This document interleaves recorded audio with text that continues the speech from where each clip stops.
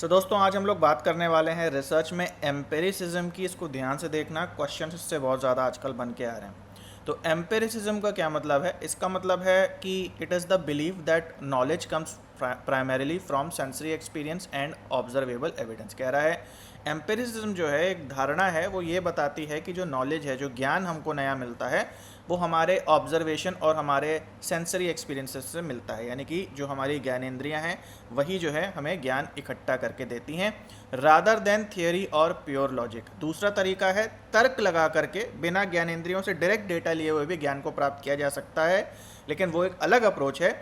Empiricism के अंदर केवल उसी ज्ञान को लेते हैं जो कि हमारे सेंसरी एक्सपीरियंस से आता है। तो यहाँ पे अगर बात करें कि ये क्वालिटेटिव है या क्वांटिटेटिव है, तो इसको समझो कि एक तरीके से दोनों है। वैसे ज़्यादातर चांसेस तो इसके ये हैं कि ये क्वांटिटेटिव डेटा के साइड जाता है। एम्पेरिसिज्म से हम जो ज्ञान लेते हैं वो कैसा होता है, क्वांटिटेटिव नेचर का होता है।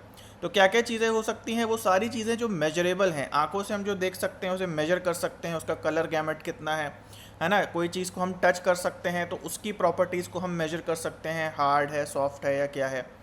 तो क्वांटिटेटिव से तो रिलेटेड है, प्लस क्वालिटेटिव भी कई बार जो डेटा है वो भी एम्पिरिसिज्म के अंदर आता है ना। तो क्या क्या हो सकता है?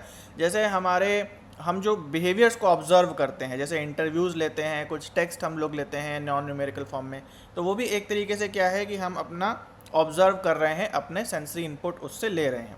तो कभी कभी क्वालिटेटिव डेटा भी जुड़ा हुआ होता है एम्पिरिसिज्म से, इस बात का आपको ध्यान रखना है।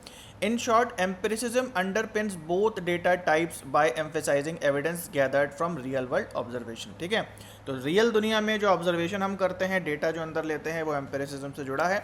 और दोनों ही डेटा टाइप्स में कुछ ना कुछ चीज़ें ज़रूर हैं जो कि एम्पेरिसिज्म से जुड़ी हैं। क्वालिटेटिव में थोड़ी कम, जबकि क्वांटिटेटिव में सभी।